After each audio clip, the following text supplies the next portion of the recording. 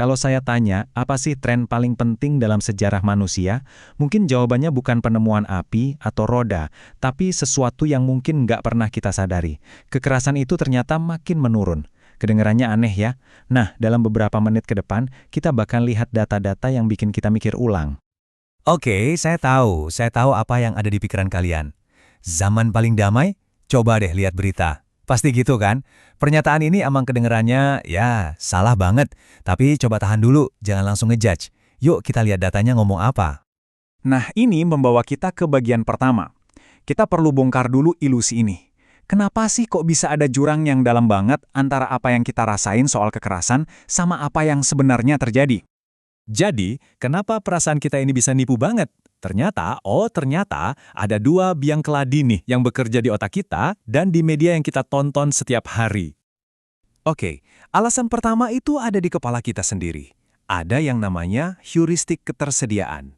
Gampangnya gini deh, otak kita itu kalau mau nebak seberapa mungkin sesuatu terjadi, dia bakal ngandelin seberapa gampang kita nginget contohnya. Jelas dong, gambar-gambar kekerasan yang dramatis itu jauh lebih nempel di otak daripada katakanlah berita jutaan orang yang meninggal dengan tenang karena udah tua. Nah, bias di otak kita ini makin dikomporin sama media. Tahu sendiri kan motonya, if it bleeds, it leads. Kalau ada darah, itu jadi berita utama. Akibatnya, setiap hari kita disuguhin adegan-adegan mengerikan yang akhirnya bikin persepsi kita soal seberapa banyak sih kekerasan di dunia ini jadi miring sebelah. Oke, sekarang kita tinggalkan persepsi dan kita lihat data sejarah yang sesungguhnya.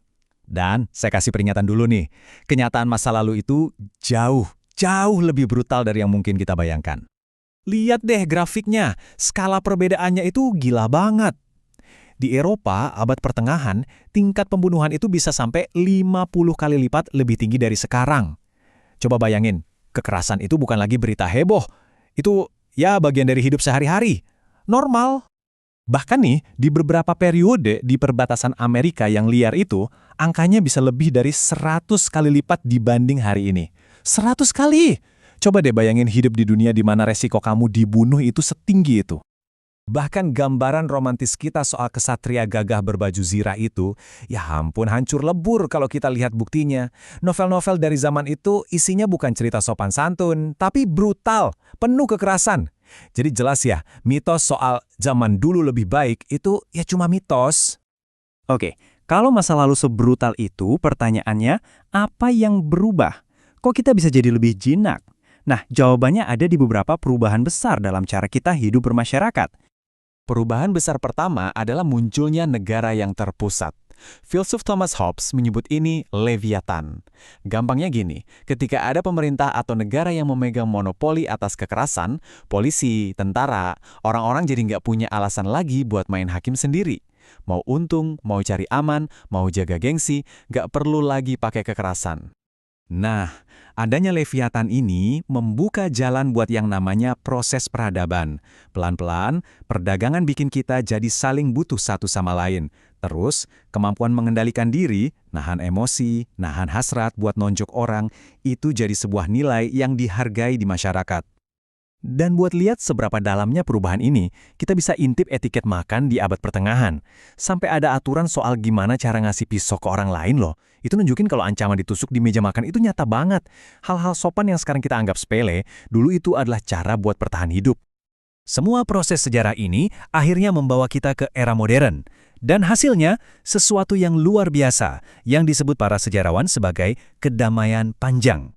Jadi, sejak Perang Dunia Kedua selesai, perang antar negara-negara besar di dunia itu frekuensinya anjlok drastis, bener-bener drastis. Saking bedanya dari periode sejarah sebelumnya, fenomena ini sampai dapat julukan khusus, kedamaian panjang.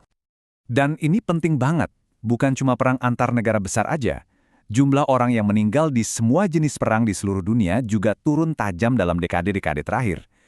Ya, perang saudara memang masih ada, tapi skala kematiannya secara global itu jauh lebih rendah dibanding, katakanlah, pertengahan abad ke-20.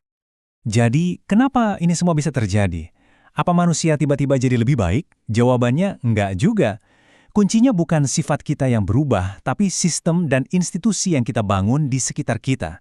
Sistem inilah yang memaksa sisi terbaik kita buat lebih sering muncul. Poin utamanya begini, dalam diri kita semua ini ada dua sisi. Ada iblis batin, dorongan buat mendominasi, balas dendam, dan hal-hal buruk lainnya. Tapi kita juga punya malaikat, kemampuan buat mengendalikan diri, berempati, dan berpikir pakai akal sehat. Jadi penurunan kekerasan ini terjadi bukan karena sifat kita berubah, tapi karena sejarah menciptakan kondisi yang lebih menguntungkan malaikat kita. Adanya pemerintah bikin agresi dihukum. Adanya perdagangan bikin orang lain lebih berharga kalau hidup daripada mati. Dan akal sehat kita makin bisa melihat betapa sia-sianya kekerasan itu. Dan ini membawa kita ke sebuah pemikiran terakhir yang penting banget, penurunan ini bukan takdir. Ini bukan sesuatu yang dijamin bakal selamanya begini. Ini adalah sebuah pencapaian yang rapuh dan harus terus kita jaga. Memahami faktor-faktor yang mendorong perdamaian, pemerintah yang stabil, perdagangan global, penggunaan akal sehat, itu baru langkah pertama. Pertanyaan besarnya sekarang buat kita semua adalah, gimana caranya kita memastikan malaikat kita ini tetap pegang kendali?